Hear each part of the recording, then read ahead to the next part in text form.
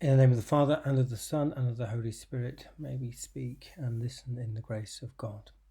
Hi everybody, today's sermon is the 20th of June 2020, based on Matthew 10, verses 40 to the end, and in one sentence it is, the simple things in life make the difference. The reading from Matthew 10. The one that receiveth you receiveth me, and the one that receiveth me receiveth the one who sent me. He that receiveth a prophet in the name of a prophet shall receive a prophet's reward, and he that receiveth a righteous man in the name of a righteous man shall receive a righteous man's reward. And whosoever shall give a drink unto the least of one of these, just only a cup of cold water, I say to you, they shall not lose their reward. Now, it is the simple things in life that make a difference. Someone needs a drink, quench their thirst. Someone is hungry, feed them. Lonely, befriend them. Isolated, be with them. It is changing the simple things in life that make the biggest difference. When you study the Ezra app, so many people who struggle to do so because they are not getting enough sleep. Being tired all the time reduces the inclination to cook. Therefore, you don't want to cook so healthily. Therefore, actually, you don't want to eat. Making a small but significant change can make all the difference in our lives. A cup of water can change lives. Receiving a cup of water gives you value, self-worth, love. You are a recipient of the care of someone else. For with God, it is never the big things, but the small everyday things where God makes most impact. Think of Naaman, who refused to bathe in the Jordan because it was too easy. He wanted something more difficult, say, to bathe in the Grand Euphrates. How did Jesus heal? Simply. How did he teach? Simply. We make life complicated for our own sakes to make ourselves feel important, but to no end.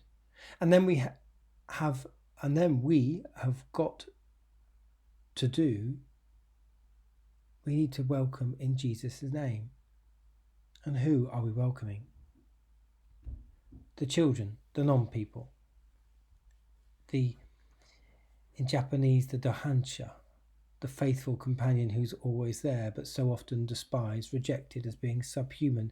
But Jesus gave them dignity and social standing. Suddenly they were treated as equal, more than equal. Children were non-citizens. How many of you were brought up with the phrase, children are seen and not heard? The majority of the 20th century children were not classified as citizens, having no rights. This phrase, as used by Jesus, can also be extended to include those who, like children, are considered or have been considered to be non-citizens, because that is who Jesus came for. And not only that, these dohansha become like God. It is therefore in the dohansha, the God forsaken, that we see God. God is in the vulnerable, the rejected. In short, we find God in those we term God forsaken. What is the image of Christ portrayed in the reading? The least. Christ is in the least, not the kingship, not the majesty, the least, the stable, the cross, the least. He described himself as the lowest of the low, a shepherd. Christ is powerless in the passion narratives, riding on a donkey, beaten, tortured, silent, rejected, the most humblest of humble moments, worn out, exhausted. His ministry was to those who were also rejected, inhuman, with no standing in society. Philip Yancey puts it this way: Jesus' life was defined by rejection. His neighbours laughed at him, his family questioned his sanity, his closest friends betrayed him, his fellow citizens traded his life for that of a common criminal.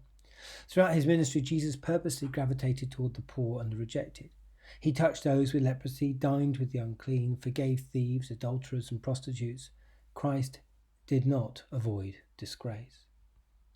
And what is the image we have? What are the questions we have? And in turn, therefore, who do we attract to our churches? No longer Christ sought as the Messiah who will vindicate Israel and overthrow the Romans.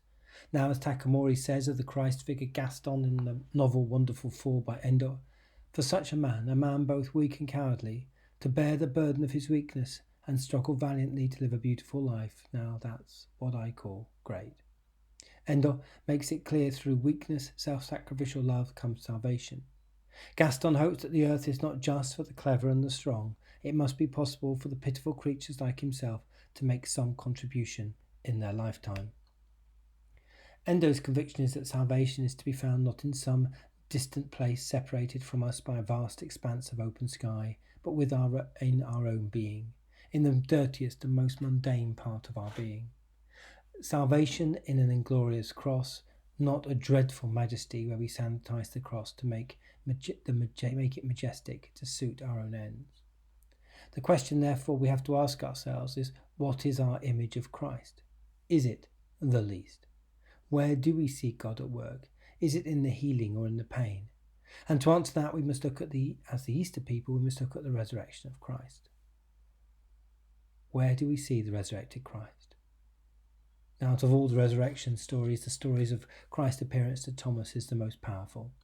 Thomas's doubt, the same doubt of many 2,000 years later, and Jesus gave his answer. Jesus' answer was not in healing, but in his wounds. Jesus' answer was that God was suffering, and he showed the wounds to give understanding. It is in the wounds that we see God, not in the healing.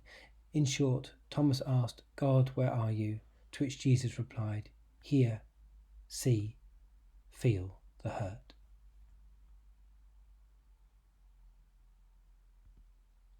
Now, if you wish to explore any of these themes further, the book A Pilgrimage of Awakenings is available from Amazon. If you don't have the internet, I don't know how you're listening to it, or some of you will be listening to this on audio.